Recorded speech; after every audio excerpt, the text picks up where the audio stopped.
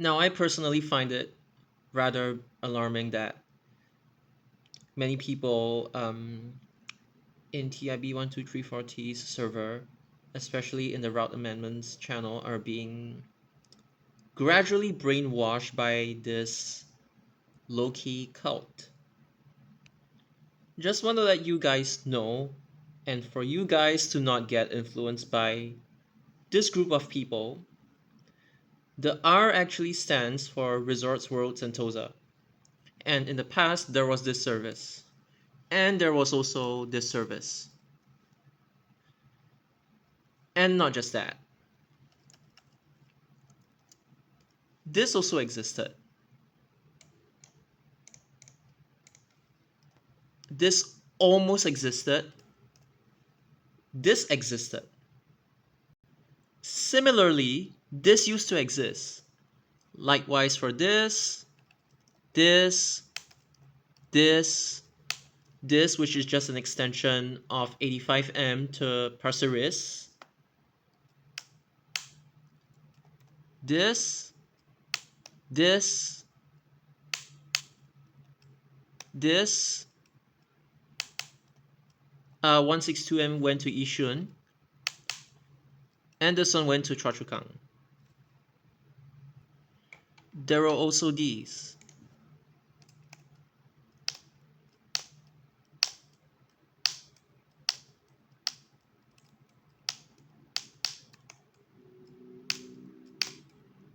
As well as these. They are also night buses.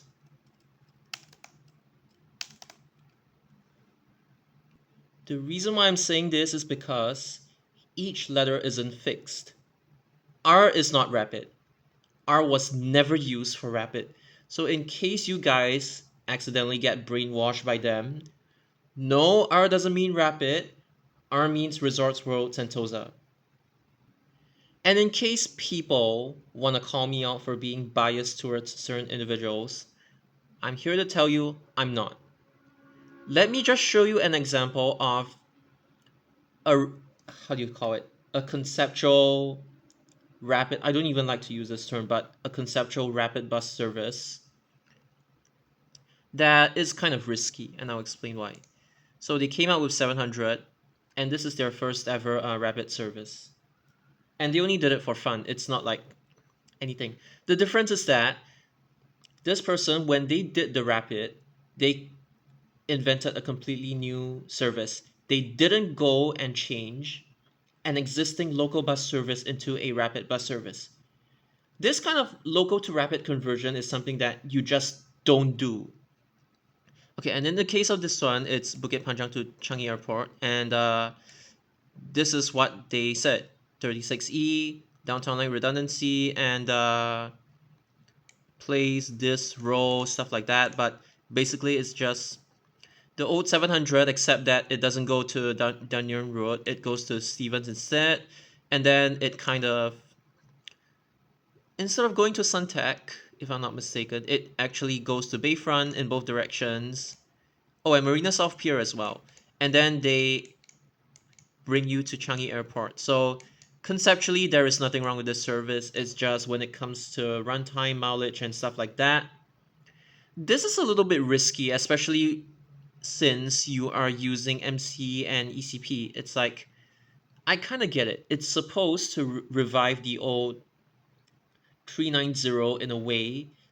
Yes, you can go look up what 390, 391, 392, 393, 394 are in the past, but this is basically a revival of 390 conceptually. Not completely, but just conceptually. And again, why is it risky? It's because of the mileage. This is the inherent problem with rapid bus services in general, and it's not just limited to this context. Because from this area in general, I would just say Gardens by the Bay, to this area in general, Changi Airport, you know Thompson East Coast Line, right? See, here's the thing. When you have a rapid bus service, doesn't matter how many stops in between, or if it's like completely express in this case, when you have a new MRT line, it is very, very, very difficult to justify this sector. But I do understand what this route is trying to do. It's trying to bring people to the hotels, like at Bayfront and around Bras Basah Orchard. I get its intent. It's meant to like compete with the MRT a little bit. And this is a really important point about competing with MRT. So when you intentionally want to compete with MRT using a rapid bus service, you need to like justify it properly. And the real reason, I'm going to say this very generally, why rapid buses don't work is because they are literally just clones of the MRT. Now, I am not pro MRT, anti bus, or anything. I'm just saying this very generally. You do not use a bus service to, as in, you do not make the run profile of a bus service exactly the same as the run profile of an MRT service. And if you're going to duplicate either existing or future MRT lines, you're going to have to justify it properly with reasons, and I'll explain why later. In this case, you are justifying that people with luggage don't want to squeeze on the on board the MRT and would rather have a faster version of 36. The thing is,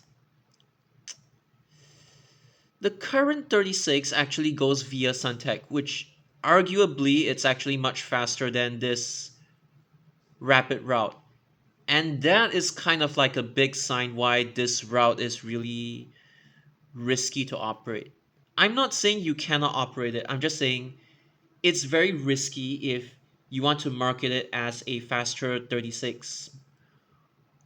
Whereas actual 36, it goes through Marine Parade and then it goes through Suntec. The time savings, I'm not entirely sure, especially since you're going via MCE. Bayfront is a little bit prone to congestion during certain times of the day, so I'm not too sure when it comes to like the whole 36 and 36E thing. The reason why 36 is able to be safe from rationalization, like future rationalization, is because Suntec to Marine Parade, bus is faster than MRT. And not just that, you have to take like Thompson East Coast Line all the way till Marina Bay, and then you're gonna have to change Circle Line up, which is really a big hassle. It's like you are going south and then you're going north again, which doesn't make much sense. Whereas 36, it's like perfectly going west, a little southwest, I mean generally west. Geographically, 36 is faster. And because of that, all the connectivity within Suntec, the hotels and stuff like that, 36 is able to survive rationalization because geographically it's just I would say like an advantageous route. And yeah, and not just that. If you don't want to take TEL all the way to Orchard, especially if you're heading towards like Somerset or Dhoby Ghaut and you're not heading towards any place that has immediate access to Thompson East Coast Line, especially Somerset and Dhoby Ghaut, you would definitely take 36 over MRT simply because you are not going to take TL like this, like going down and up to Orchard again and then backtracking eastwards towards like Somerset and Dhoby Ghaut. You're just not going to do that. I mean, in the case of Dhoby Ghaut, yeah, you could TL and CCL, but again, nobody wants to go down and then up again. If there is 36, they would just travel west. Geographically, it's better. I know 36 kind of winds within Temasek Boulevard Avenue, Raffles Avenue, but it winds because it needs to serve all the hotels better. Without this winding, without this local connection, 36 will not survive against any bus rationalization or bus MRT rationalization. Depends on the case. But yeah, you get my point. You get my point why a lot of bus services in Singapore, with a few exceptions, they need to have all these like local connections. Without them, your bus services are just not going to survive, and they are just asking to be rationalized by MRT, like in a general sense. So in short, this concept, sorry, I mean this route, I get its concept, I get its intent, but whether it will actually work in real life, I'm quite skeptical. I'm not saying the concept is bad. I'm just saying realistically, would it work or not? Anyway, every other bus service here is like pretty much local-ish, so you don't have to worry about what the other routes are. I've already reviewed them, so yeah. Although I am kind of skeptical of this one because at the very least it's Jurong East, but I just don't know if this one would actually get demand or not. But yeah, something that's a little bit more personal. I am from junior college. I mean, sorry, I was from junior college, so I have every right to criticize this way about. I mean, this method, this approach, when it comes to trying to explain your ideas, your suggestions, or trying to bring your points across to other people. This is one prime example of when you study too much, when you become too book smart, when you're all about that general paper and stuff like that. Yes, this is one way to explain stuff to your boss in a polite manner. But here's the thing. When you're explaining to a bunch of casual bus enthusiasts or just bus enthusiasts or general or even serious bus enthusiasts who really take bus planning seriously, like they want to become bus planners in future, this is one way how not to talk to people. I am from JC, but I don't talk like that. You notice like how I do my videos and stuff, it's all unedited and stuff like that. But it's not just that. I make it clear. I am very specific when it comes to like each and every single bus route. I don't riddle my videos with like all these terms like, okay, I'm just going to read this. East West corridor would take these bus services because most of these are long haul cross city type rap. Like firstly, what the fuck does this mean? Like long haul, okay, I get it. Cross country, I get it. Sorry. Oh my god. Cross city, I assume this is saying it passes through Orchard, it passes through Little India, Chinatown, Shenton Way, Fullerton, Esplanade Drive, Bayfront Avenue, and Rocha or something along those lines, or even Bukit Timah. Okay. Okay. I never use this term because all I say is it goes to the CBD, it passes through the CBD. I don't use sophisticated terms just to explain a very simple concept. Type, let's get into that later. Which would benefit, oh my god, which would benefit from high speed I almost said capacity, from high speed capability of the, oh my god, stupid. You don't, this is not needed. All you need to do is just to say bus only lane. You don't have to say this. Come on. You're not a politician. You're not running for office. You don't have to use words like these. It's like, of the east-west corridor bus lane, just say bus lane. Plus, placing it on this bus lane reduces duplication with existing MRT. What the fuck is MRT spoke? Like, when they use all these terms like this, it's like, it's not even. This is akin to a product not being user friendly. It's like, what the hell are you talking about? Since what hub spoke, I don't get it. It's not easy for like the average human being to understand these terms. Even if you come from JC, you wouldn't understand these terms. Even if there was like a bus subject. Honestly, sometimes I'm kind of glad that there is no bus related A-level subject. Otherwise, people would be talking like this, and everybody would become like a nerd scholar and stuff like that.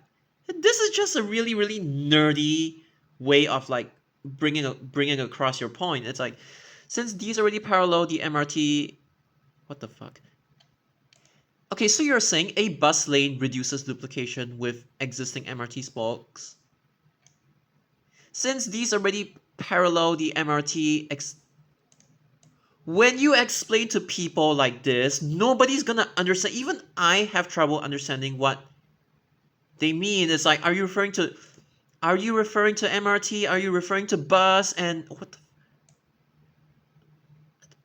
it doesn't make sense. Since most of them have, oh my goodness. Since most of them have central oriented demand, which I assume is referring to within the city. Just say most packs boarded from the city, or most packs are like going to the city. This is such a nerdy way of saying people take this bus service to the city. It's like what? Central oriented demand. It can be integrated with the SRT. Again, what the fuck is like the overuse of abbreviations? I don't get what the fuck this means. It's like local stopping pattern to provide last mile coverage, operating somewhat like a feeder to allow the CPT bridge to remain convenient, with the rapids acting as the express backbone. Oh my fucking god. Like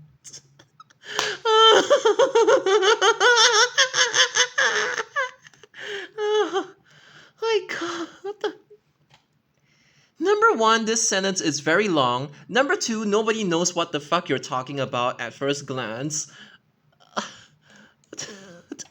What the? Oh my god. To provide most of them, are you referring to existing MRT spokes or parallel the rapids? What the fuck does this mean? Just can you say it in a more simple to understand manner? To provide last mile coverage, operating somewhat like a feeder. Oh my god, I don't know what the fuck you're talking about. The exception is 851, which was placed solely to provide a rapid connection within the North Bridge, South Bridge Road spine. Like, what the hell is a spine? What? I don't get what the fuck you're talking about. Like, what rapid connection? I'm over this. East-West line parallel would take 2, 25, 190, and 857. How the fuck are these two East-West line parallels? Maybe they extended it or something in their master plan. 25 plays the role of an intertown link, which is not wrong, while 2 and 190 consist of Chinatown-oriented demand. God damn it, man. 190, most people take it to like Orchard Road. Like, what the hell is the... This doesn't make sense. All of them serves certain areas mainly to feed them in and out of the East Corridor. Can you be more specific and stop saying East Corridor and Chinatown? Most of these only operate selected niche catchments in the east-west spine. Like, what is a spine? Are you a porcupine? Are you Sonic the Hedgehog? What the fuck is a spine? East-west corridor focusing CBT and what the fuck is SRT connectivity? East-west line parallel focusing Town and Chinatown accessibility. This is like trying to make this is like trying to invent bus theory that doesn't even exist. I know they're trying to generalize stuff, but nobody's gonna understand what the fuck you're saying, guys. And you know what is the biggest crime they've committed? 190 is a okay. This one I really have to... I am live. I mean, not YouTube live, but like, I am going to do this live with you guys. I am going to count how many bus stop pairs 190 has. In fact, I know 190 only serves Avenue 4 in one direction. I'm going to count this as well, because I just want the maximum. 1, 2, 3, 4, 5. Phoenix Station 6, 7, Bukit Panjang Station 8, 9, Block 270 and 223, 10. 190 only has 10 stops before it goes on the expressway. I don't know if they're trying to reclassify 190 as a rapid or anything, but 190 doesn't need to skip stops. The reason why 190 survives, it's because of these 10 bus stop pairs, technically 9 bus stop pairs plus one single bus stop. The reason why people take 190 over MRT in general is because 190 brings people to their doorstep. Look at the way, listen to the way I'm explaining stuff very specifically, as opposed to these fucking nerd scholars going be like, East West Corridor Spine, I am Sonic the Hedgehog. I'm, like, okay. Oh, you know what? I'm just gonna go west, east to west. 270223. This bus stop is way too far away from downtown line. This bus stop is way too far away from downtown line. That's why 190 gets demand. This bus stop is technically kind of far away from downtown line as well, so people would take 190. And even within this bus stop, people still take 190 over downtown line, especially if they're going towards Orchard, Somerset, Dhoby Ghaut, or even Chinatown, but it's mostly Orchard, Somerset, Dhoby Ghaut. Even at this bus stop. This bus stop, there is obviously no downtown line. People would take it. Take Y Avenue has no MRT at all. 1 pair, 2 pair, 3 pairs of bus stops along Take Y Avenue. These people need 190. There's 975 as well, but they need 190 not only for local connection, but also for the longer distance connection towards Orchard. The shopping, fine, I will just use your nerdy terms. The shopping belt along Orchard Road, as well as the other shopping district within Chinatown. But never mind, just take it as Orchard, because that's where most of the demand goes to anyway. That's why they have 1908 terminating at Dhoby Ghaut and not Chinatown or Clarke Quay. But yeah, this is the reason why, and even this pair of bus stops as well. 1, 2, 3, 4, 5, 6, 7, 8, 9. These 9 pairs of bus stops, you cannot afford to skip any of them. This is just the residential sector. Let me just bring you guys to the Stevens Road. The near to the city sector. Whitley Road over here. If they have 190 to their doorstep, they are not going to take downtown line. They are going to take 190, or they are going to take 972. Stevens Road is another case whereby it has to have the local connection, because there are only like 105, 132, 190, 972. There are only like 4 buses passing by. Which, here's the thing. People act like as if Stevens Road has no demand, but whenever I take 190, especially towards like Choa Chu Kang, like after 4 p.m., there are actually a lot of people, depending on what comes first, like 190 or 972, but like I have legitimately seen a lot of people, even from as far as like Chinatown, Clarke Quay, Hill Street, they actually take 190 and then they, even nightlife as well, late at night for 190, they actually alight at Stevens. 190 needs Stevens Road. I have seen a lot of people boarding and alighting at Stevens Road. It's not just within the residential sector. The reason why they put bendy buses on 190 sometimes, even though it's not recommended, like as a whole, is because they know that even within Stevens Road, there are people mass boarding and alighting. And it's not fixed. The demand is kind of like unstable. Not unstable, it's like inconsistent within Stevens Road. Certain times of the day, there are actually people boarding and alighting at Stevens Road, and that's why you cannot skip any of the stops within Stevens Road. The other reason why 190 cannot be a rapid is because Orchard Road existing, it already has a bus stop stagger. So what I mean is that 190 doesn't stop at Lucky Plaza, it stops at Tangs Plaza. It doesn't stop at Midpoint Orchard, it stops at opposite Meritus Mandarin Hotel.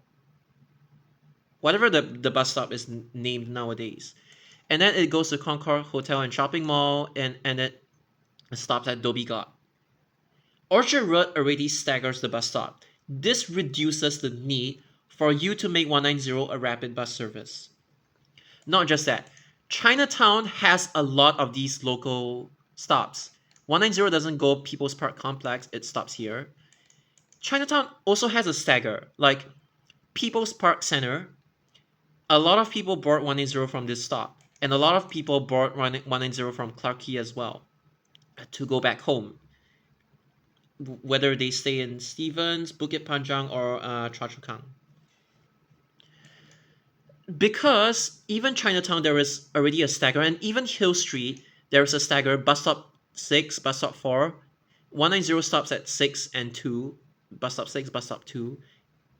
It's already a stagger. 190 doesn't need to be classified as a rapid. Otherwise, it'll give people the impression that, oh, it skips stops. Oh my god. This is the reason why 190 needs all the local catchment it has. It is already express enough. I don't need you guys to make it even more express than it currently is and lose all the local doorstep catchment. This is why. And from the way I explain 190 versus the way they explain 190, who do you trust? I'm going to use the other example of 851. Okay, this cult, their dirty plan is to convert 851 to rapid just for the sake of saving 852 from rationalization. I know 852 can be made more useful. Even LTA gave up on withdrawing it completely. They're just gonna focus on degrading it to, like, I don't know, 30-minute frequencies in the future, maybe. I don't know, but their dirty plan is basically to convert this bus service to a rapid, kill off all the local demand, and force them on board 852. And then they're gonna amend 852, not officially, but this group, they suggest to amend 852 to Thompson Road and Whitley instead of using Lornie Road. Yeah, I get that there's gonna be demand from Thompson, Whitley, Bukit Timah as well, but you're just shortchanging people who require 852 to be as fast as possible, since it is a school bus to Bukit Timah Road. The entire, the whole horizontal line of schools. I don't know how else you can explain it, but yeah. Oh my god. The thing I have against this is that they are converting what's meant to be a local service to a rapid in order to save another local service from rationalization. And even if said other service, in this case it's 852, doesn't exist, they are going to use some other stupid fuck reason to justify why 851 shouldn't be local and should be skip stop. But here is the thing. These people have a bad habit of observing only a few weekdays or a few Saturdays or Sundays or public holidays, and then they straight away jump to conclusions. It's the same when they interview bus captains. Yes, I do understand that not every bus captain is like free for this kind of interview, and then they could mostly only rely on bus enthusiasts who happen to be bus captains as well, or bus enthusiasts who used to be bus captains but right now they are still within the industry and are working as different roles, just not driving bus, but they have a prior experience, so that's fine.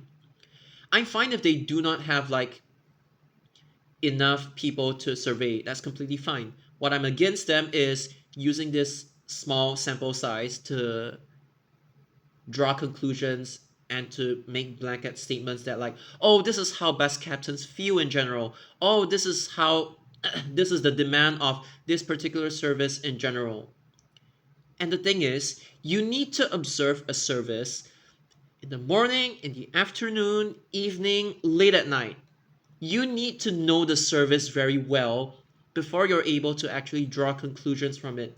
Simply surveying, there's nothing wrong with surveying. Surveying actually helps you get a rough guide of how the demand is like between different times of the day.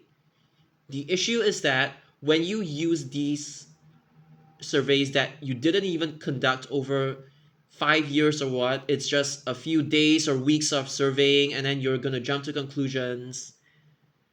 This is how I know not to trust planners. Now, I was born in 1999.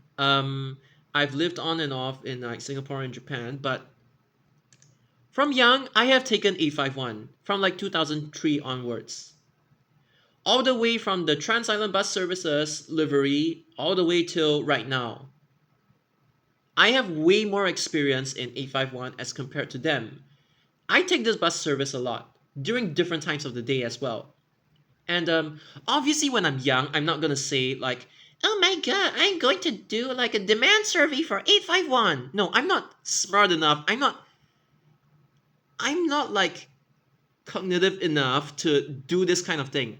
But when I was young, I was still able to observe, oh, this bus is crowded at this sector. This bus is not crowded at this sector. It was just a like yes or no thing for me back then.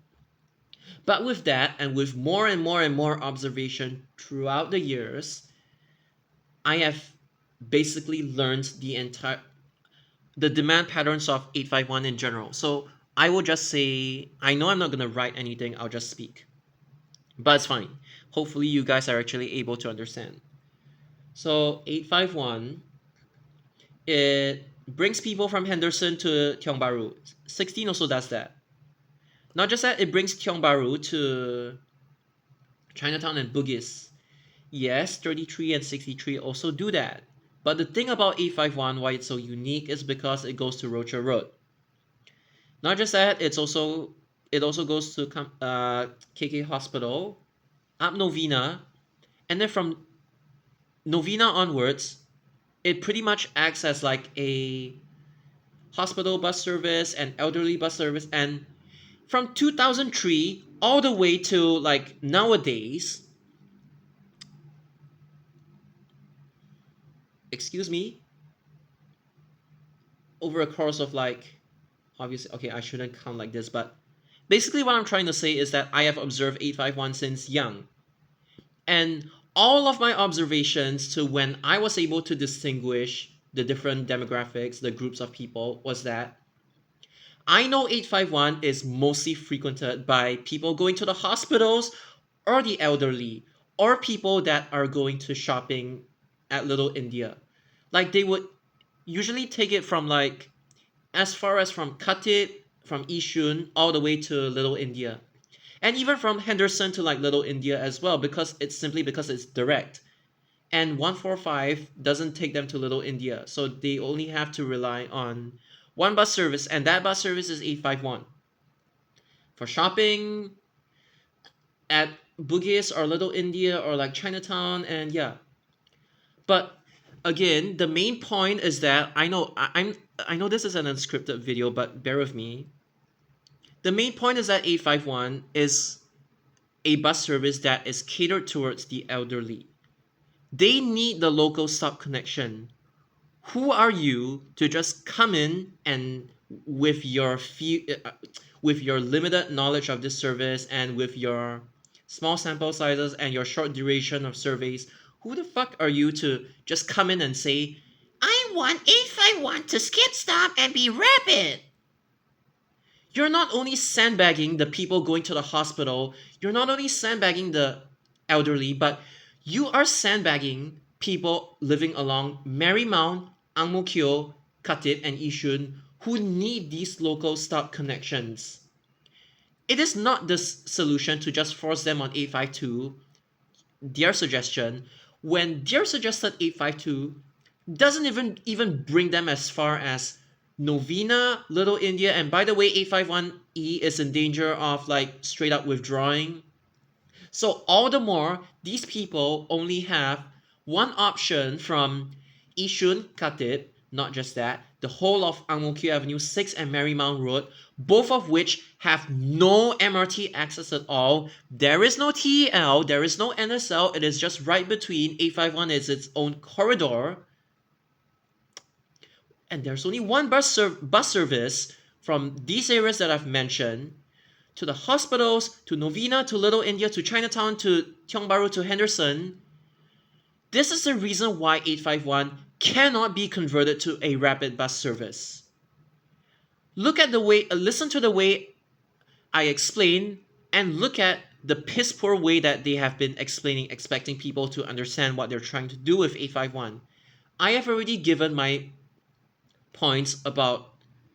See, I'm not even going like really specifically. I'm just telling you 851's demographics, elderly and hospital goers, as well as the shopping demand. This is what basically all this just points to the fact that 851 has to remain as a local stop connection. Oh my god. 67, same concept. It is meant to feed the intermediate bus stops with no access to MRT to the MRT stations. Not just that, I've already drawn out using that chart. Okay, so it's like here are the reasons why people take 67. So basically, this is DTL.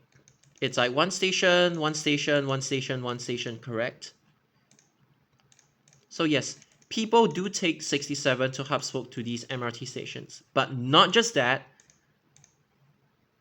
Remember why local bus stop connectivity is so important? People living along these intermediate bus stops, they need these bus services. It's not just like, oh, from one intermediate bus stop, I'm going to hub spoke to here, I'm going to hub spoke to here. No, that's not the case. People actually take the bus service between these intermediate bus stops.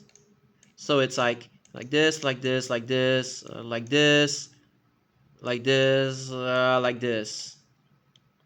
And the thing is, these intermediate bus stops can be in the form of like Dunyearn, Little India, Kalang to Kembangan, and then Bedok as well.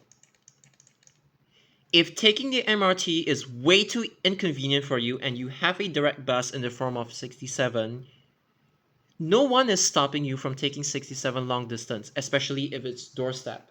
Doesn't matter if it's short, medium, or long distance. The reason why most, and in fact, like 99.99999%, even the express services within the neighborhood sectors, they are all local, all stop connections.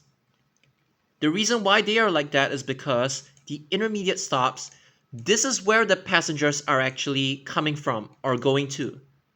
And of course, you have your,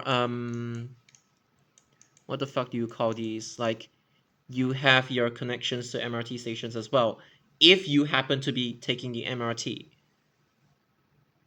Once again, regardless of distance, people use buses because they are doorstep.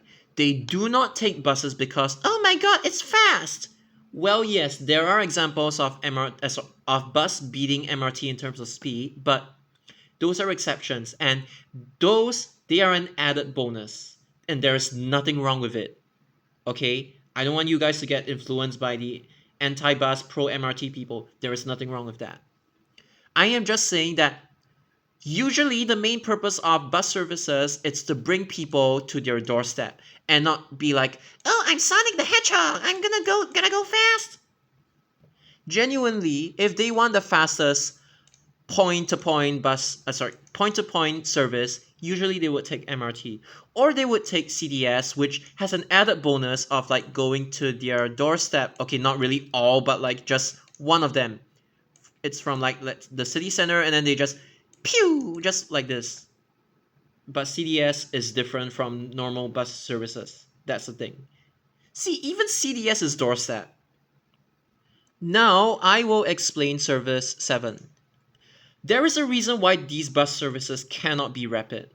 Because, okay, this is one prime example. I was gonna use Little India in the case of Serangoon Road and Jalan Besar, or Serangoon Road and Bendemeer Road being way too far apart from one another, as in the roads, like one is here, and then one side is Northeast Line, one side is like Downtown Line. But then I decided not to because it doesn't really show you guys the scale of things. When I'm referring to scale, I'm referring to like Kalang, Aljunied, Paya Lebar, Eunos Kembangan, Bedok. Let's just say this. Okay, and then this is New Upper Changi Road. Okay, there is Sims Avenue. There is, I'm gonna exaggerate it. There is Changi Road and Geylang Road. Okay, and the Kallang MRT station is here. So, okay, maybe here. It's not that far, but it is still quite a distance. So the main point why people take buses is that, okay, MRT only serves one side of the road. It only serves Sims Avenue and not Geylang Road. And in fact, at Aljunied, it actually diverges away from Sims Avenue for quite a bit. So the main point is that MRT only covers this one side. There is no MRT here. So these people gotta take bus. And it's not just this side. But this concept is basically called access penalty. You don't want to take MRT because the walk from Changi Road or Geylang Road to East-West Line is just way too far. And the other reason is because even within Sims Avenue East, there are people living along or their destination, their work, or wherever they're going to. It's all the intermediate stops. The same thing applies here. So whilst the MRT is a fast option for you to travel from like end to end very, very quickly, it's also convenient if your destination just so happens to be like within, I don't know, like 100 meters, 200 meters from the MRT station. Yeah, that's convenient for you. But these bus services, 2, 7, okay, technically I should be more specific in the sense that 7 doesn't go Aljunied, it goes Guillemard instead. But here's the thing. These bus services, I can even say this. Actually, wait, I will list down a little bit more. This one, they diverge off at UNOS, but yeah. These bus services, they are the livelihood of people. And most of the time, they are not necessarily hub-spoken from or hub-spoken to the MRT. Yes, there are people who do that, but most of the time, they are from people who take the bus long distance, like let's say they're coming from Chinatown, they're coming from Orchard Road, they're coming from Yio Chu Kang, Ang Mo Kio, Bishan, Brado, Woodley, Vandermeer, Lavender Street. They are coming from, let's say, Queenstown. Okay, maybe Queenstown is a stretch. Maybe Alexandra, Havelock, Bugis, or they are coming from the DTL areas and then they don't want a DTL East-West line because the Bugis transfer is like stupid as shit, especially if they're going in the other direction and Changi Road has no DTL at all. They would take 67.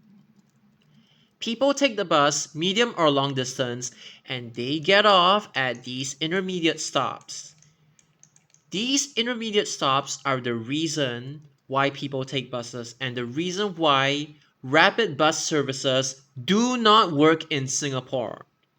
They only work if you introduce said rapid bus service as a completely new service. They do not work when you guys try to force these buses, which are meant to serve local connections, into rapid buses. This never, ever, ever, ever, ever works.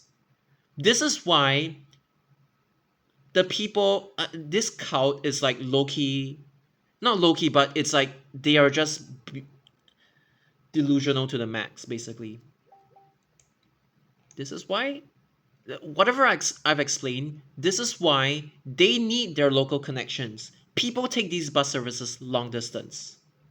It's the same case for Service 30. Well, I can even illustrate using Service 30. So, and this is 10, 9, 8. Okay, Service 30 actually parallels East-West line like this.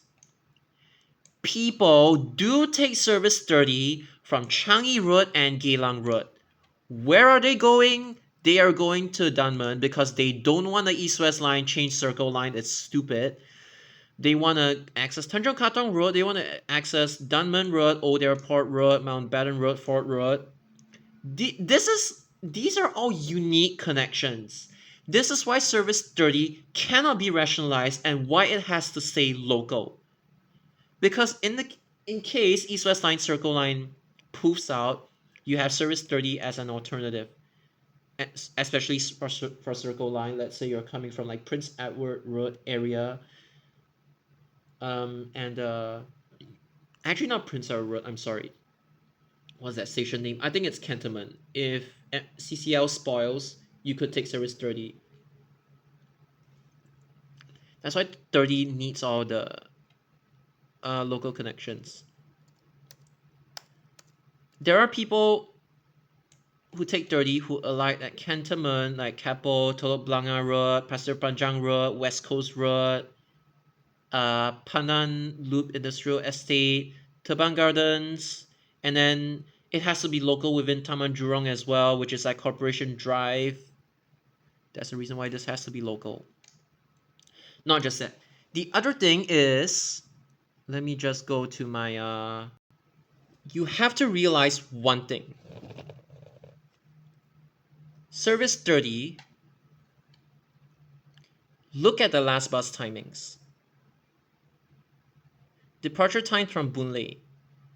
Weekdays and Saturdays, Sundays and public holidays. Obviously, there aren't many people working, so they start at 5:45 instead. Look at how early service 30 starts. 5:15. That is way before East West Line even commences operation.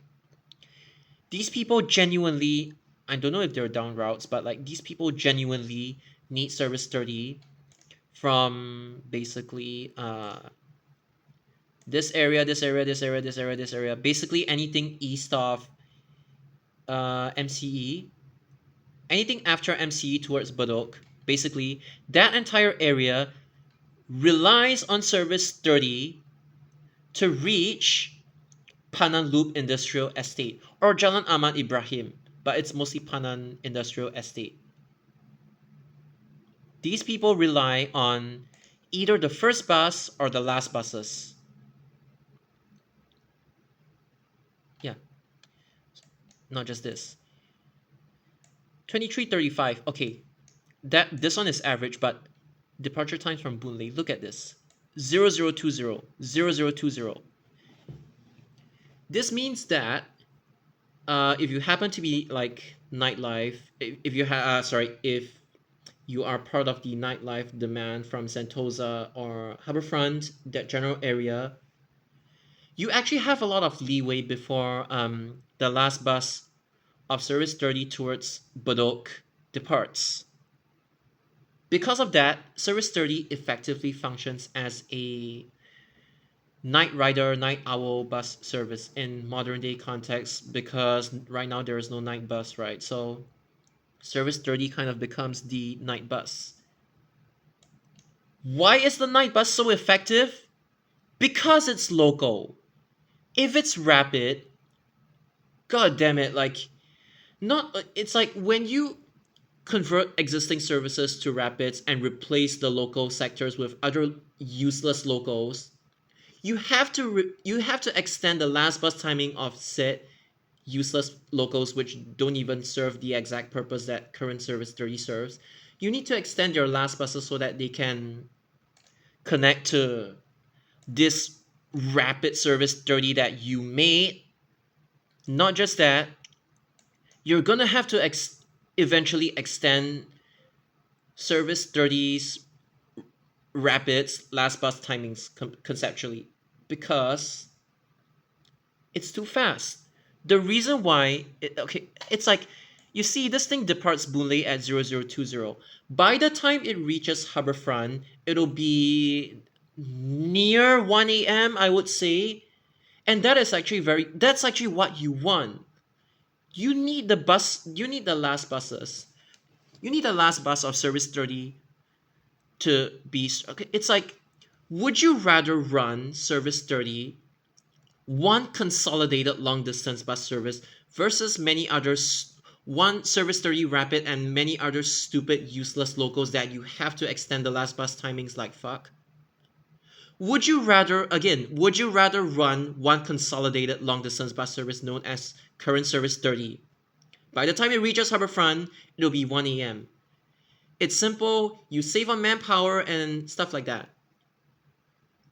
I don't know what else to say, but it's such a simple concept. This thing departs Boulay at 0020. By the time it reaches Harbourfront, it'll be kind of late already, so you have a lot of leeway. And this is basically the livelihood of not just nightlife people, but also overnight workers as well. Like, they just happen to be working till late at night. They happen to work at Sentosa. They happen to work at like Vivo City. Happen to work at Harbourfront. There's even some like commercial buildings at Harbourfront as well. Don't pretend that there are none. They are not just that. Even yeah, and these people, they have a last bus home. And the last bus is able to reach quite late because this bus service is local and not rapid. People are tired by that time, unless you're a night owl. People do not want to transfer. They want a doorstep bus service. This is why Service 30 has to be local. And not just that, there are office workers along Alexandra as well. And these people, they greatly benefit from Service 30 in the sense that from 5:15, after 5:15, there is already a bus that takes you straight to Alexandra. Who doesn't like that? The first bus and last bus timings are only able to be like this, and you're able to have a lot of leeway simply because they are local bus services and not your fucking stupid rapids. This is why. And 30 is not the only example. I can even type in SBS 80 and just show you guys. Again, the same thing. Why do you use this picture? Oh my god, it's such a disgrace. Okay, no offense, LTG, I love you guys, but like, use a different picture. But yeah, I mean, to be honest, they gotta attract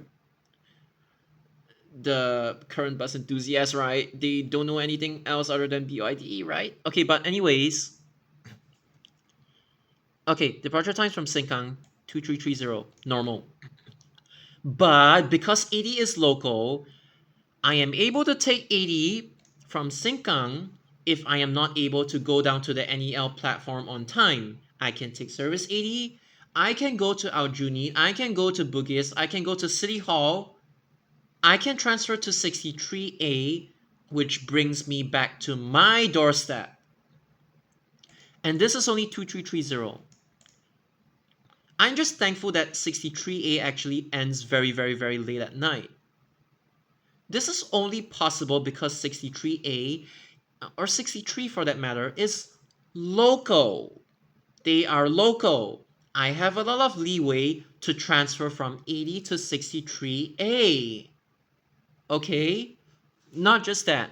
If you are coming from Sentosa, okay, they don't really have the privilege as compared to like Service 30. It's actually 0025 from Harbourfront, like Sentosa, Vivo City, and stuff like that. It's actually 0025, but here is a catch.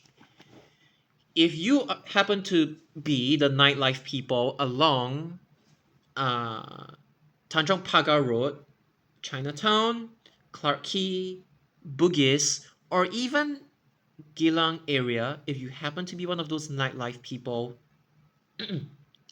because Service 80 is local, you have a lot of leeway before the last bus of Service 80 towards Sengkang departs. This is why if you want to introduce Service 80 and express variant, go ahead.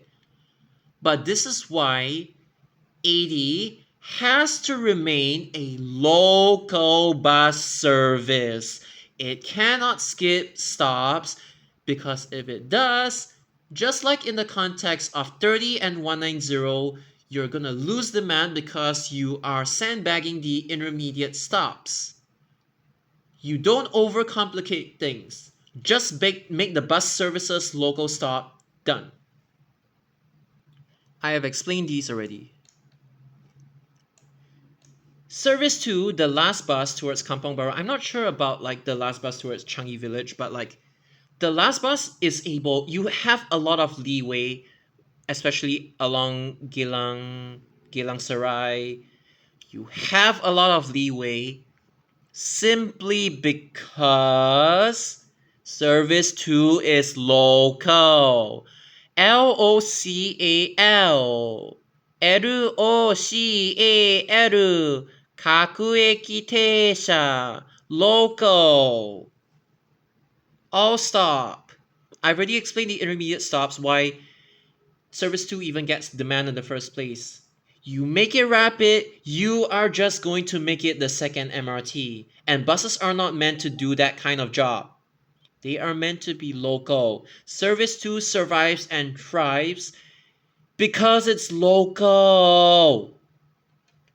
25, okay, I can kind of see the reason for it being rapid, but the difference between 25 and 55 is that 55 doesn't go to Ang Mo Kio Avenue 3 and Ang Mo Kio Interchange. And people take 25 from Ang Mo Kio Interchange to Hougang Avenue 2, where some of these stops, they have no immediate access to CRL. By making 25 rapid, you are sandbagging the local stops. People boarding from Ang Mo Kio Interchange and Ang Mo Kio Avenue 3 would be pissed off because you just removed their local bus stop connections. It's not doorstep anymore. Nobody asked for it. 857. Temasek Boulevard, Temasek Avenue, Raffles Avenue, Sanford Road, Prinsep Street, Serangoon Road. Sorry, Prinsep Street, Saligi Road, Saligi Road, Serangoon Road. They all have to be local. Otherwise, 857 wouldn't survive.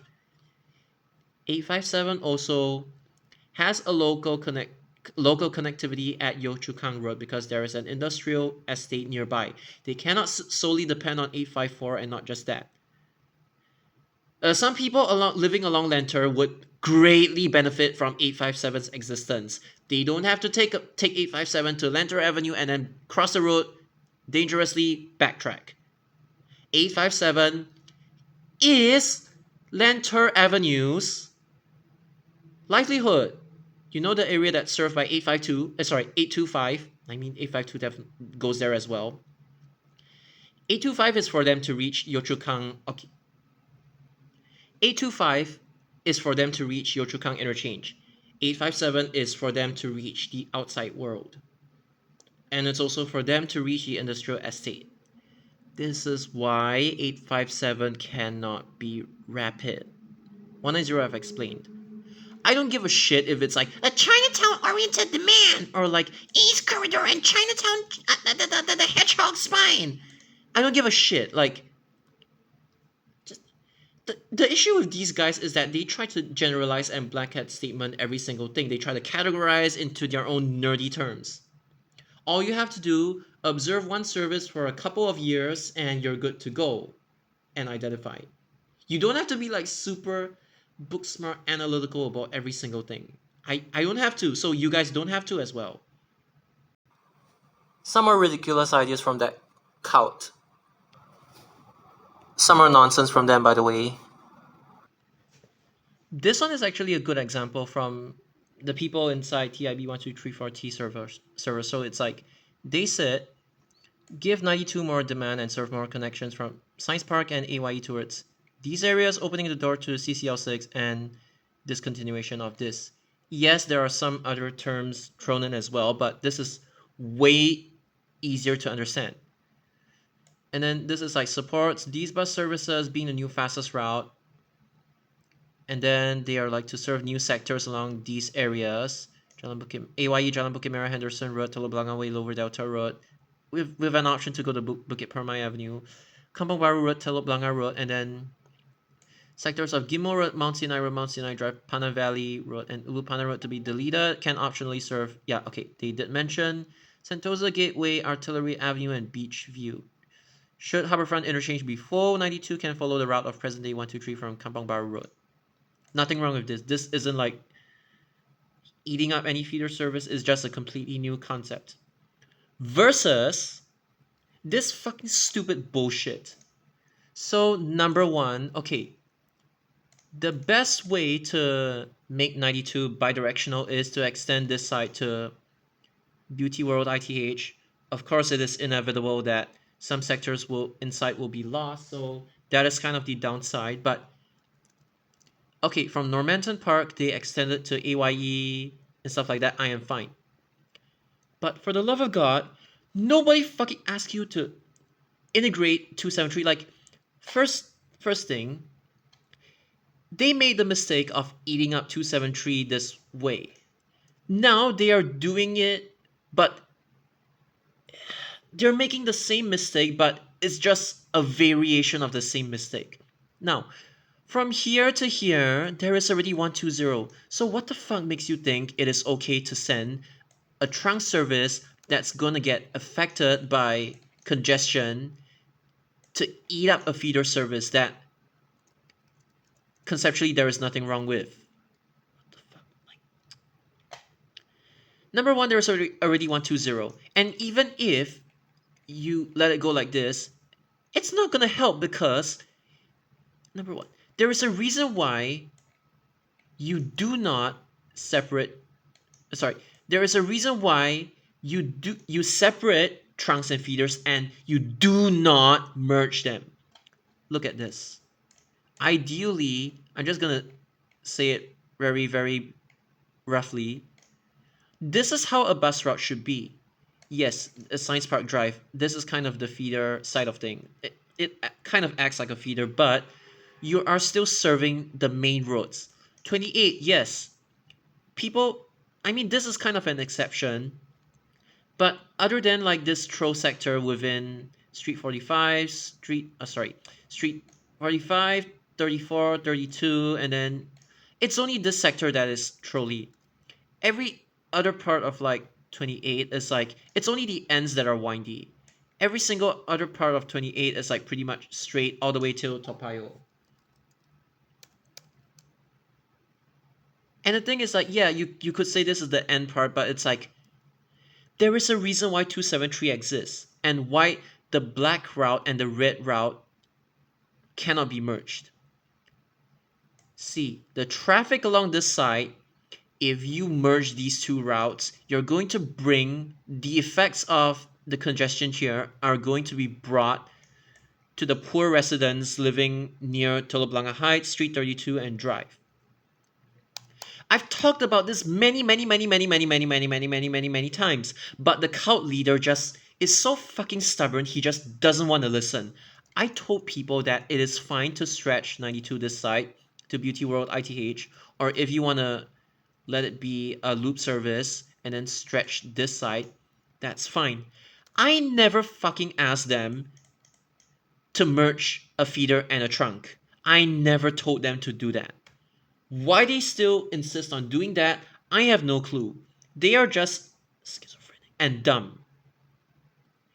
And the thing is, when me and my other friends suggested to merge 194 and 253, and give it red white destos, it's just conceptually, we're not even that serious about it.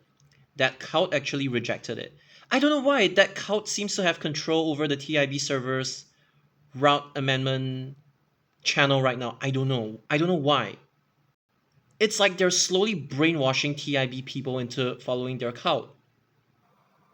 And when an actual resident says that they don't need a certain connection, that cult, none of them reside along this area and they are insisting that, yes, you guys need them. We understand a bus service better than the actual residents. This is that cult's attitude towards bus planning in general. And they have other ridiculous ideas like basically the previous junction and traffic light will come with a B signal on the leftmost lane, which is where your bus lane is. Now the B signal lights up to tell the bus they can go, but the other lanes cannot go yet. So the idea is they are going to lengthen the B signal so that 970 can filter from People's Park complex to the Upper Pickering Street area when the other lanes are still stopped at the previous traffic light. Why don't you just create more right turning lanes instead of this stupid bullshit from like Utangston Street to Upper Pickering Street instead? They come up with all these ridiculous ideas. Just because they are anti-car to the max. I'm not anti-car in any way, but that cult is. They want to force people to take public transport. I have never believed in forcing. Just commute in whatever way you want. Don't let other people tell you that this is right, this is wrong. Then my friend also suggested, what if we, instead of sending 51 to NUS, what if we send 122 to NUS instead? Like, you don't loop at Commonwealth Drive, you just extend it. Then I said okay, because you're not changing 122's route, you're just extending it. And because 95 is like kind of shit, right? In terms of frequency and all that stuff. You just need to make it like U-turn at Commonwealth Avenue. That's it. So yeah, we settled on that. And number one, I never claim to have support of that cult. Don't put words into my mouth. Although this is kind of true. Thank you for the comment. Oh shit, I'm sorry I exposed him. So yeah, it's like pretty hypocritical of them. Which is why the main demand pattern is still quite long haul, which is why I recommend it to be rep. Number one, he doesn't even have a good fundamental understanding of Service 30, and he's saying, oh, it's all long haul. And then he's like saying, oh, the cyclical part comes from it doubling up as a feeder when SBS couldn't be bothered to properly commit to last mile connectivity in Taman Jurong and Dakota. What? He doesn't understand the whole point of Service 30. And then he's like, which is why you see the 30 Rapid proposal coming with the messiest local catchment management, which is true. Because their messy solution to compensate Service 30 becoming rapid and 30 not having the local connection anymore is, why not you guys just take 154, 178 and this stupid feeder service, consolidated feeder service that we created for you guys? This is just stupid. Oh my god, is this good? Is this alright? Testing 1, 2, 3, testing 1, 2, 3. So the thing is, 61 is local, and even I have complained about 61 being way too long, in the sense that like you could just cut it to Bidadari conceptually, or you can use MacPherson and Aljunied as well, not just Upper Serangoon Road, Bidadari Park Drive. And the other sectors can be replaced with just either this, or this.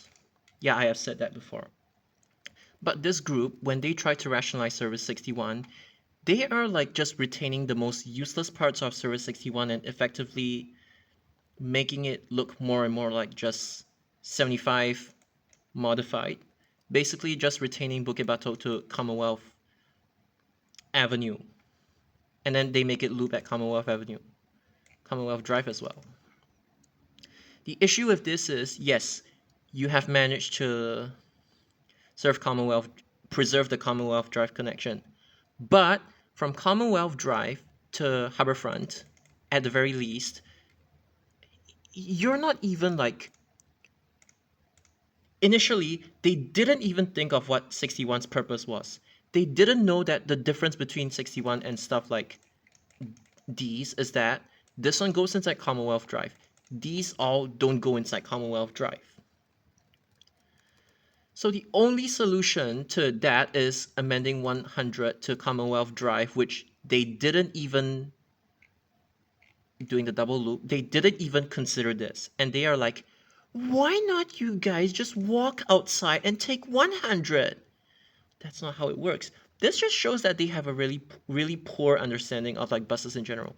One serves 61, one serves inside Commonwealth Drive and Tanglin Halt. The other one, 100, serves outside. It's kind of far, okay? That is why you don't replace. No, you don't just go around cutting buses without replacement, and you don't just go around replacing buses for no reason. Now, 61, if they have at least suggested to terminate it at Harbourfront or like Kampong Baru Terminal, Queen Street, although Queen Street has no space, or like Geylang Lorong 1, I don't know, or Bidadari, Woodley Interchange, Marina Center, I don't know. If they had at least suggested any of these, I would have been fine with it. But they forgot that from the beginning of time, 61 has always, I forgot the exact history, but like 61 has always went inside Commonwealth Drive, and they have had the connection to Harbourfront at the very least for many, many, many, many, many years already. If I'm wrong, please correct me. But the fact is that they completely misunderstand 61's demand patterns. They think that Commonwealth Drive is the same as Commonwealth Avenue and Queensway. This is how not to plan bus services. You need to know what 61's actual purpose is. Commonwealth Drive is unique. You cannot just look one side, you have to look the other side as well. This is what I mean when I say people don't have a good fundamental understanding of what each and every bus service is supposed to do. You're not supposed to approach everything with like a blanket statement, macro perspective. You're supposed to approach it in the sense that, like, what is this bus service supposed to do? One look, you're able to tell. And then as you plan more and more routes, you get more experience with this kind of thing. One look, you're able to tell what the route is supposed to do and not supposed to do. Keeping in mind that Singapore's bus routes are mostly supposed to be local connection. Just to prove that I did not make up this conversation, yes, they said that you can just take 100. So, okay, these responses are from my friend, like below here. So basically, this one is their response. So in the case of 61, it's number one, nobody fucking understands what you're trying to say. If you're like, predominantly cyclical demand, nobody fucking understands. Because the route is very long, this is probably some Singlish word, long feeder Pro Max, but with certain demand cycles that... What the... Can you explain in simpler words that may be longer than immediate last mile slash doorstep connectivity, but we also recognize that for these connections, alternate routes already exist, and it's just a question of how we adjust service levels on them to take over the demand from 61. For example, the demand cycles, Jesus Christ, between Commonwealth and Harbourfront, there's 100. That is the issue. They see it as demand cycles between a fucking general area, and they do not see it as Commonwealth Avenue and Commonwealth Drive. Even the newbie bus enthusiasts are able to tell you the difference. What do? Oh, they're just Commonwealth. It's so stupid. It's like they don't even recognize that Commonwealth Drive and Avenue are both two completely different corridors. Between Harbourfront and Chinatown, there's 143. Okay, this is something that's actually true. But of course, we also recognize that there's 122 from Commonwealth to Chinatown, even if you aren't taking the MRT between the two. Which is why we said we were okay with cutting 61. Now, this portion is actually valid. And this one, okay, technically is valid as well because it's technically faster. You don't throw through Harbourfront. The issue is, again, as I've mentioned, they just see Commonwealth as a whole. God damn it, even my laptop needs to charge. Oh my god. Where's my charger? God damn it. I'm the messiest. I'm so messy. I'm just damn messy. Oh my god.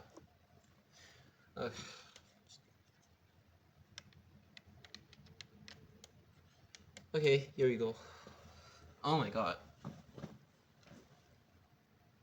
I didn't mean to. Sorry, I didn't mean to tilt my phone. Shut up.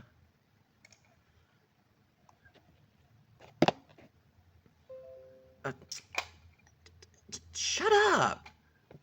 Oh my god. Oh my god. No. Oh my god. Just... Okay. So basically, these people are very long-winded. This is basically a Singaporean slang. Genuinely just work for LTA at this point. I don't think LTA will even accept them. Let enthusiasts just be enthusiasts. Don't need to be so statistical, which basically means nerdy as shit. But the main point is basically... the thing is, this... Okay, how do I say this? It's like...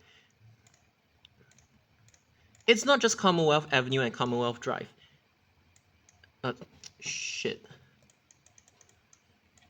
These people also completely misunderstand that 13 serves Serangoon Road and Bendemeer Road, Lavender Street, and then 853 actually goes inside.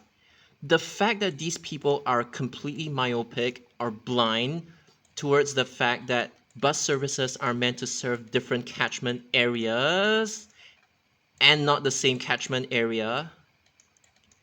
This is the reason why that cult is basically delusional.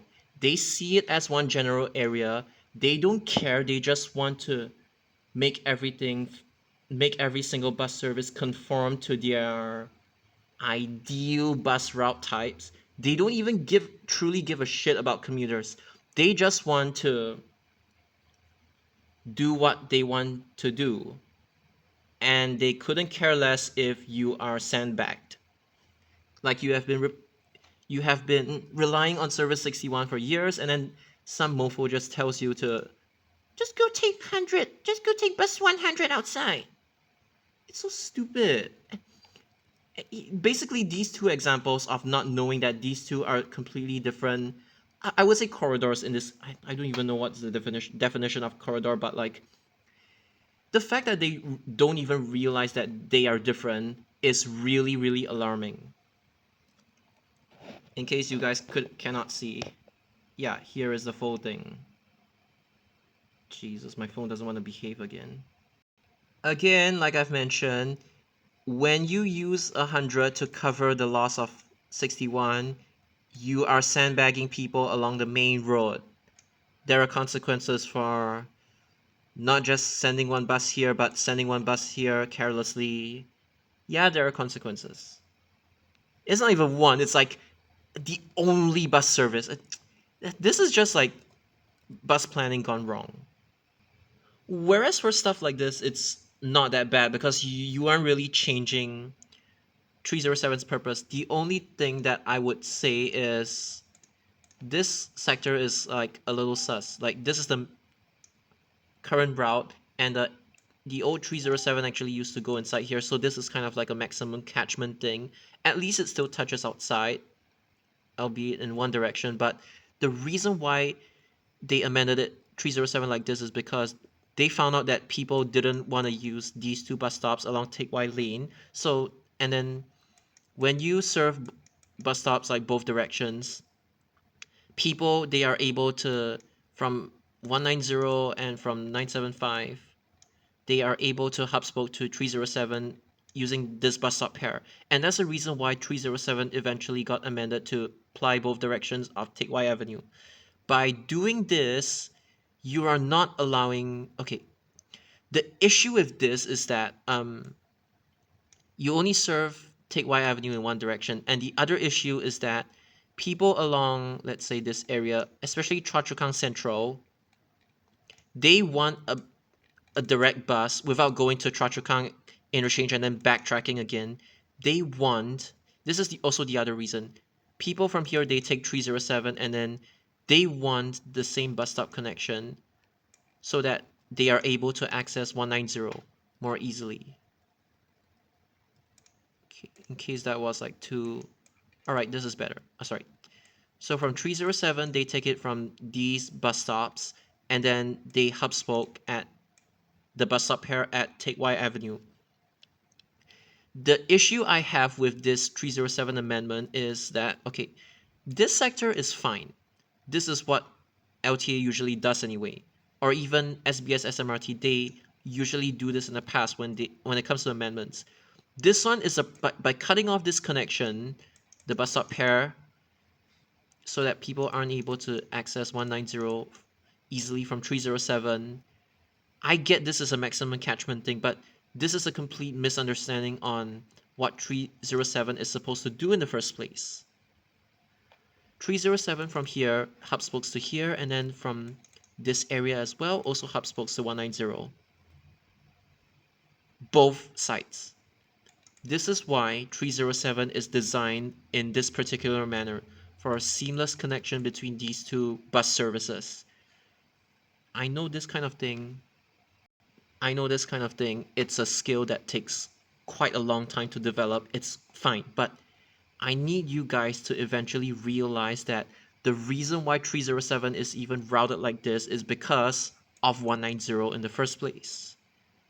This is how to plan buses, not haphazardly do things like this, or in the case of Ang Mo Kio, whereby 265's loop is like this. And then those Muppets, they actually decided to change the direction of 265's loop in order to serve the new estate. I know they want a bus service to connect here, but here's the thing. There is already 88 outside, like that does this. Obviously, people from here, if you make them throw one round to Ang Mo Kio interchange, they would be mad. They want it to be faster. Yes, you benefit this area, but you sandbag this area. There's a reason why 265 is designed to go to street 53 and 52 first before 54, and not the other way round. These are all the considerations that you have to take into account, because when I mention 265, it's kind of like related to the 307 case. Like, which part of the feeder sector do you serve first or serve last? And what exactly are you connecting the feeder service to along the main road? This explanation is actually okay, but I'm just going to read it. North Loop extended to serve this area to decrease current high excess penalty of bus services of residents living along Choa Chu Kang Way, as well as... God damn it. Can you please, guys, please learn how to cut down your number of words? I can work on cutting down my the duration of my videos, but you guys need to learn how to cut down your number of words as well. Learn how to paraphrase and use words better as well. South Loop amended to serve an extended portion of Teck Whye Lane, which currently has disused bus stops. This is the stupidest reason I've ever heard of. There's a reason why these bus stops, they eventually became disused, because nobody really used them. They are like, okay, we want the connection to 190, so we're gonna disuse these bus stops. Fair enough. From SMRT's point of view, extended to loop at Teck Whye Crescent to retain lost links to... It's not even lost links. This is just a conceptual misunderstanding of what 307 is supposed to do and why these bus stops eventually became disused in the first place, as well as connect to... This one is valid, but yeah. Again, it's like, why do you have to say UT residents living along Choa Chu Kang Way? Can you just... Oh my god, like... Can you just not be so nerdy when it comes to explanations? Okay, what else did they say? There's two major operational concerns regarding 92. Must have somewhere to terminate. Okay, and it must be from the ports down end, because Sinai end cannot really terminate. Cannot break the link between Buena Vista and Gimo Estate. This rules out any idea along the lines of moving 92 into Buena Vista ITH. Okay, because this is how Gimo packs hub spokes to Circle Line. Based on the first point, we tied it up with a...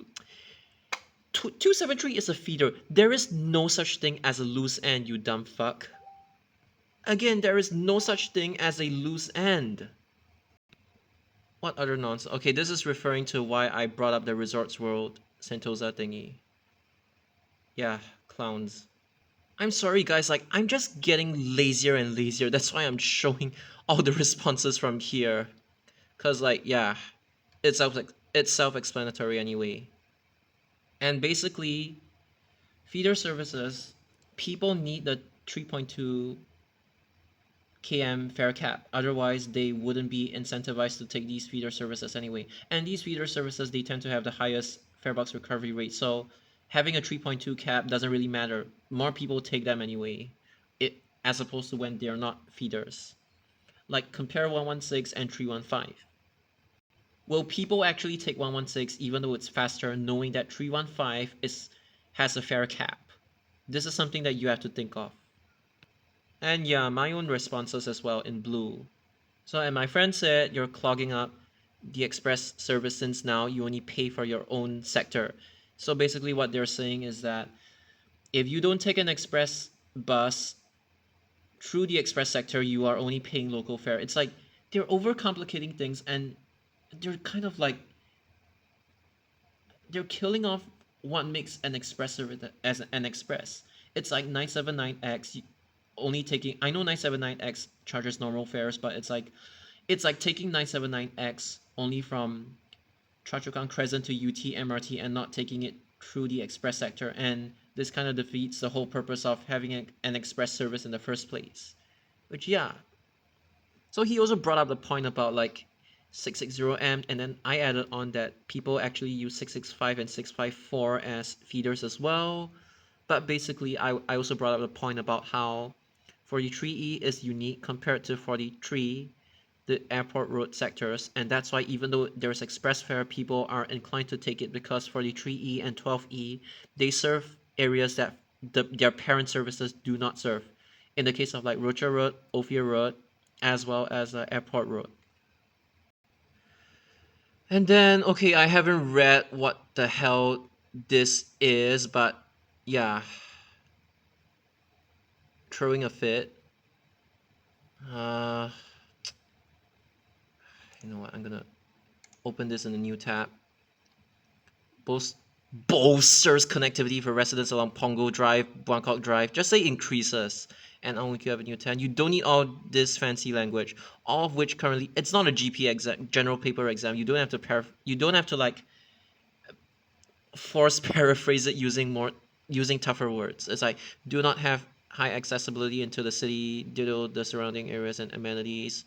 It doesn't look bad, but oh my god, it's kind of overrun with his own ideas. God damn. Then my friend got confused as to why uh he got confused as to why I said 194 and 253 needed red and white destos, but now he actually gets it. So yeah, all is good.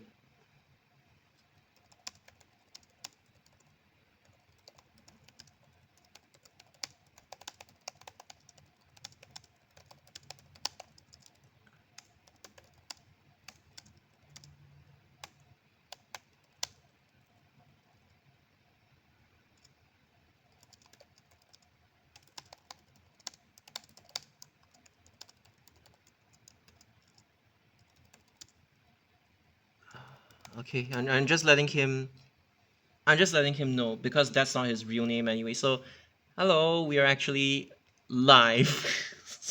So yeah, I am actually live recording. No.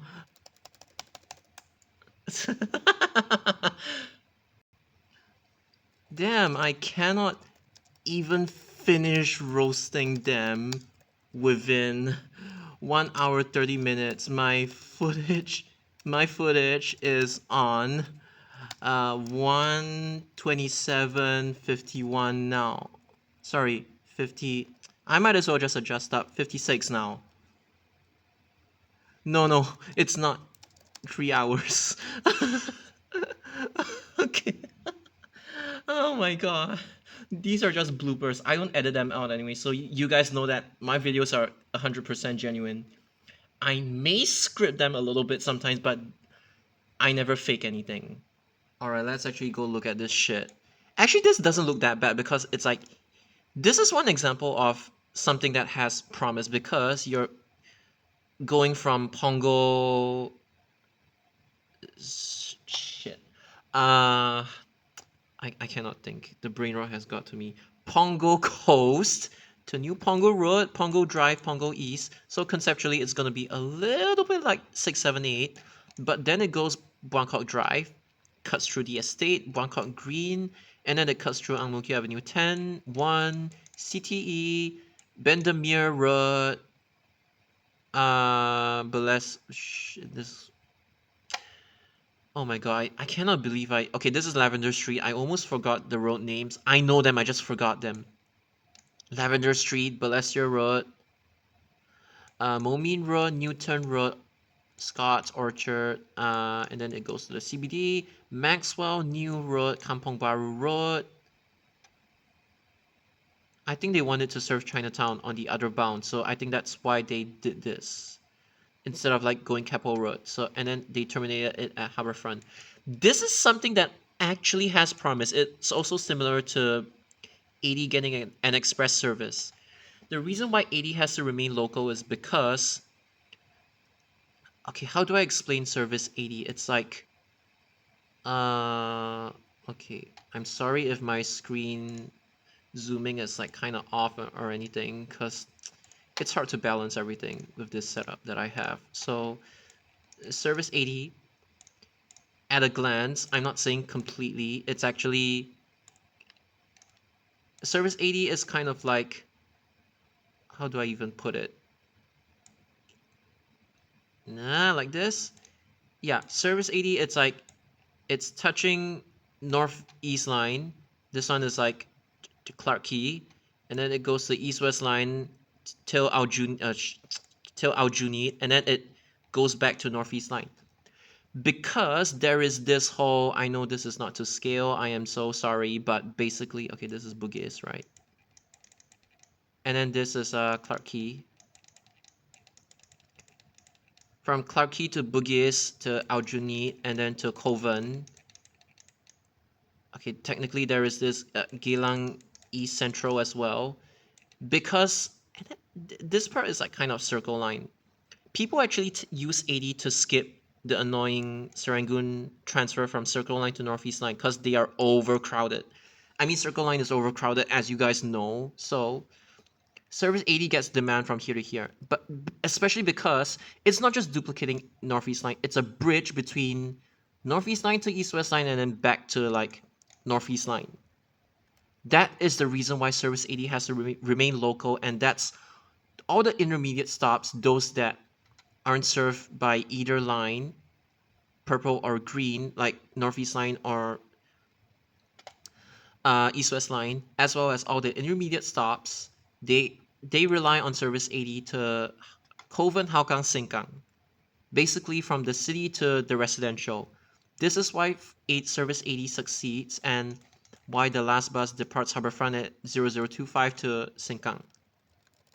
Yeah, so this is one example of like, I only brought this up because that route conceptually could be, it's not 80, but I just thought of service 80 if it had an express variant. It could work as long as you don't touch 80's local sectors, which are really important. This one is actually not bad. I actually like this one. Okay, I also made a mental note for the other ridiculous ideas. I'm going to touch on this one, but this is actually one of my friend's suggestions. That they countered by saying, "Oh, we're gonna have 97 rapid, we're gonna have 30 rapid," but I'm actually going to react to the DR507.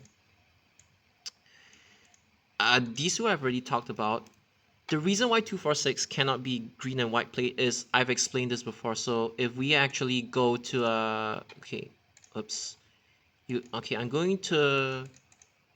This one, macro view is actually okay. So I'm going to screenshot this part and I'm going to bring it to my, okay, let's go. Okay, so the reason why they split off 240 as well as 246, technically I'm supposed to draw it like this, is because this area over here, it doesn't have demand 24/7. That's why 246 doesn't run as many buses as 240. They are prioritizing the residential estate as compared to the industrial estate for obvious reasons. I'm not saying I'm not saying the industrial estate doesn't get served. I'm just saying there are not as many buses plying here. That doesn't mean that there are no buses or you can neglect them. I'm just saying they have less buses. It's just part of frequency adjustments.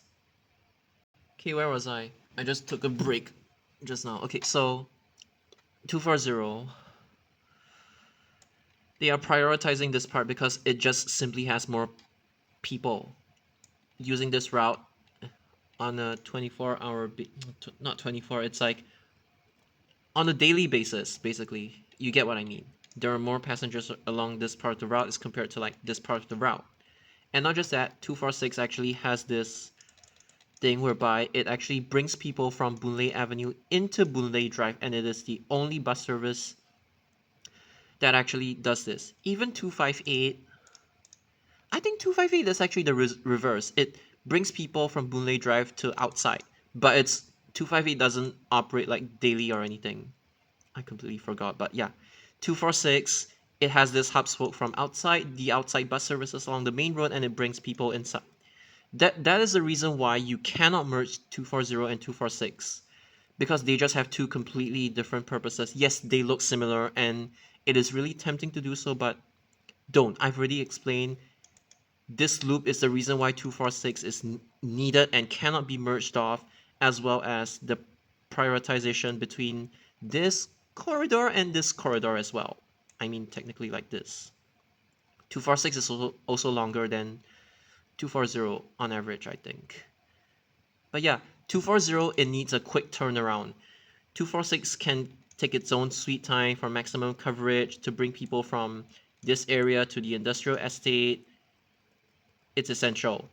It has its own purpose. But 240, it's meant for a quick turnaround, like my friend described. Like basically like this. Just turn around quickly and yeah.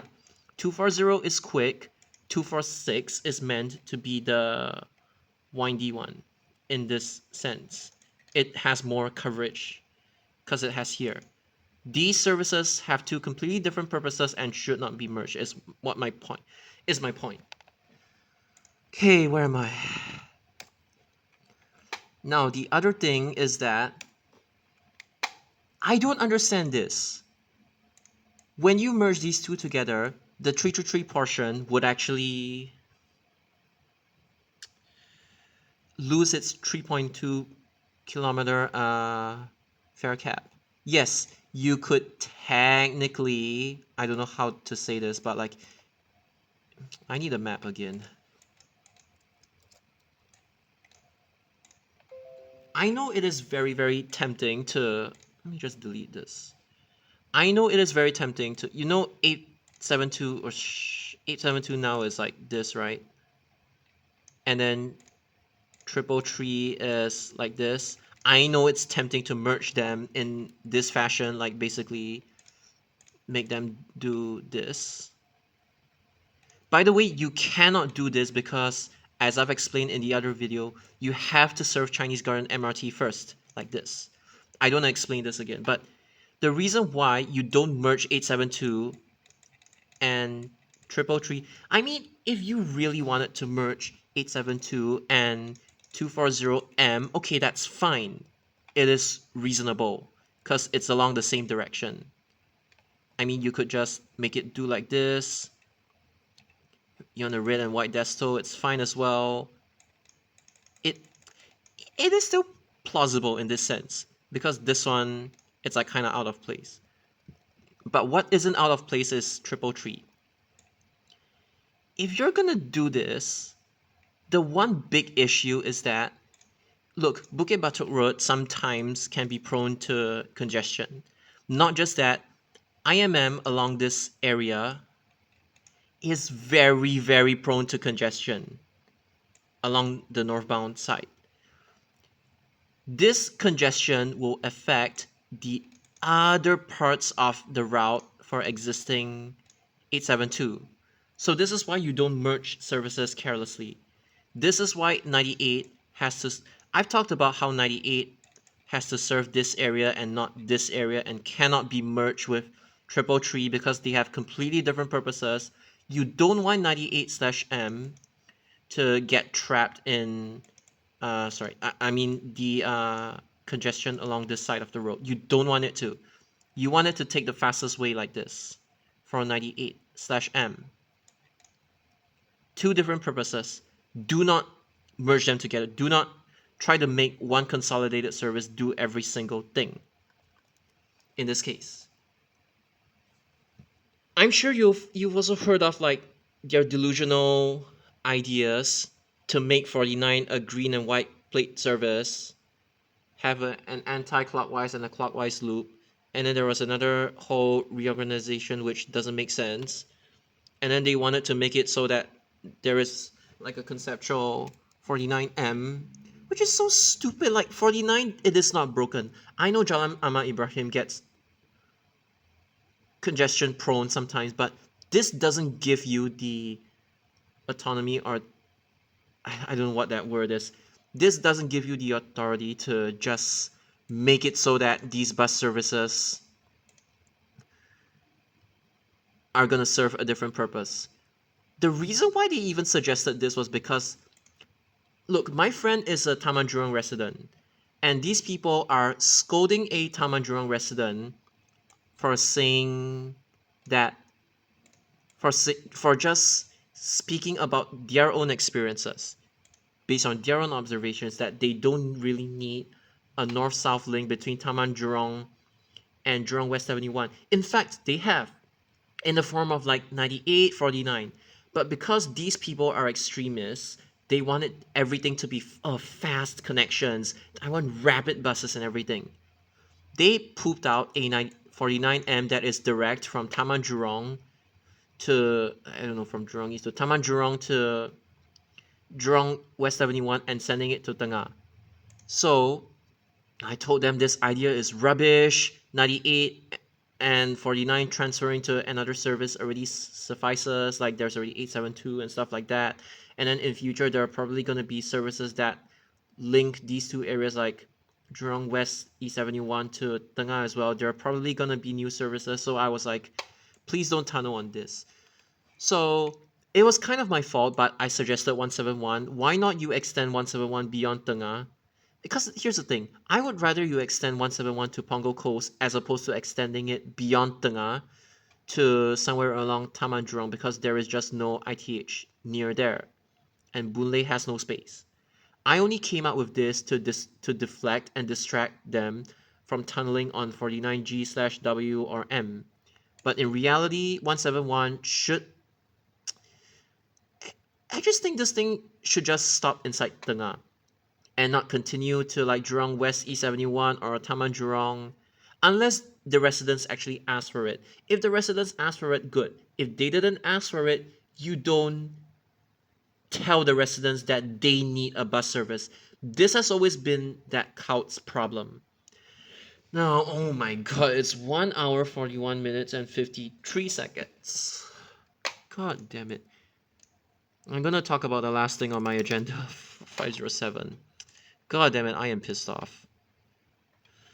Okay, where is DRM? Okay, I'm gonna go to DR507. Those extremists rejected the route, and they said, no, this is like two of my friends. They, oh, I'm an anonymous narwhal. Oh, I'm so cute. Yeah, here you go. Anonymous narwhal. I'm an owl. Silence your narwhal. I don't know. Okay, but basically, what I'm supposed to be reacting to is, I haven't seen their route, but basically it's 507. So they came out with this because it is an East-West Line assistance service. It is meant to duplicate East-West Line. Hub transfer for Chinese Garden and Jurong East Library. Okay, good. Chinatown to Jurong East and Chinese Garden Lakeside. I don't know what BNK means. Straight corridor demand. Simple. Skips Bukit Merah since 147 exists. Now, those extremists have once, like, those extreme, oh my god, I cannot speak today.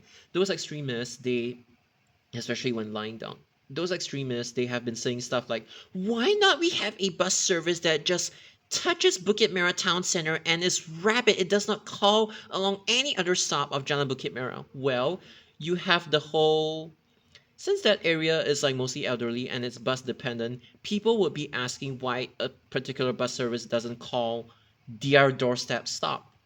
This would then result in a 12E or 43E situation whereby people ask for the route to become more local and it becomes more local and not really express anymore. So might as well just make it local in the first place.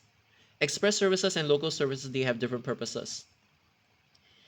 You don't make an express services that is either going to, you don't make express services that are either going to be rationalized by other buses, other MRT service, be it current or future MRT services,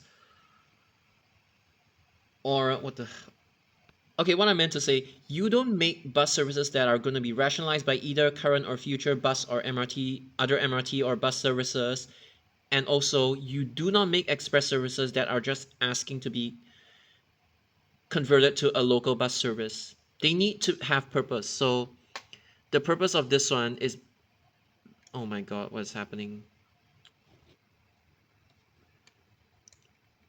Okay, the purpose of this one is it's beelining it to east west line because this area is only served by 180 and 180 alone is like kind of insufficient, right? So instead of like just outright copying 180, they make it so that they let it serve Jurong Town Hall Road. Boon Lay Way is just paralleling the MRT viaduct. Where does it go? Then it goes to Buena Vista, Ayer Rajah, it's AYE, Lower Delta Road, Jalan Bukit Merah, and then it goes to Chinatown. I like this part actually. It is kind of like 197 but faster, and then it parallels all the way to Bedok. So here's the thing. Whilst you could argue that the service can be truncated to Kampong Baru, I don't know how express this service is, but basically, it's like from Kampong Baru to Bedok, you technically have service 2 already. So unless this 507 skips a lot of this. See, here's the thing. If you want a service 2 rapid version, I would rather you use this service 507. It is a new service and it's not meant to interfere with service 2 at all when it's rapid. If this is local, it should not exist. But if the Bedok to Kampong Baru terminal part is rapid or not really rapid in this case, but like my friend suggested fast forward or like express, I can accept it. Even if it looks like it's duplicating East West Line, this kind of fulfills their want for a service to rapid. I'm only saying this because they want a service to rapid version. I was like, no, why not you guys create a new service that has purpose? So this one actually has purpose. And it doesn't completely duplicate East West Line as well. It actually goes here. 50 CBD, there's already 502. So there's already this. I could see why this could get rejected, but the main purpose of this is basically to not duplicate 147 or anything, offload East West Line, offer them an alternative, bring them inside Jurong Town Hall Road, and this. So I'm gonna say the same thing. This route is actually quite risky to introduce, but after my two friends, again, I'm not biased towards them or anything, but after my two friends actually spoke to me privately and told me the reason why, they said East West Line is way too crowded and they genuinely need something else, something other than 99, 185. Because 99 and 185, they don't touch a lot of MRT stations. 185 only touches from Clementi to Buena Vista, and 99 only touches like Boon Lay Way outside Jurong East, and that's it. And then they go on to the residential sectors. This is meant to serve like Boon Lay Lakeside Chinese Garden, which are only served by 180 currently. And then from Jurong Town Hall Road, it is a pain in the ass to from here take 335 and transfer to 180. I kind of agree. Although you could technically argue that this sector could technically be resolved with 180 and 335 or anything for that matter, but like at least there is some local connection within like International Business Park, which would kind of justify the service because it's not 99, it's not 185. It's meant to bring these people towards this area. This is how you justify a service for existing. These intermediate areas, Ulupana Bus Depot, International Business Park, the factories along here, this is how you offload people from East West Line and justify why you need this service. So after I looked at it closer, even though I still feel that this kind of service is really risky to introduce, especially since old service 3 from Bedok to Jurong East has been withdrawn, I still I kind of get where my friends were coming from because they want to target these areas and they also want to target inside these areas where there's Circle Line, there's like Anglo Chinese Junior College, more schools and more office buildings along this area. Tell them not to take Circle Line. Please take this express bus service. It actually takes you to Jalan Bukit Merah. It takes you to the shopping district of like Chinatown, Bugis, and then as long as you selectively call the stops along here and not make it like service 2, it could work. I could see why this is risky, but I am saying I could work. I am not a hypocrite. I am not saying this is my friend's idea, so I approve of it. I am saying I get the justification behind this service. Just like how I actually complimented their service 511.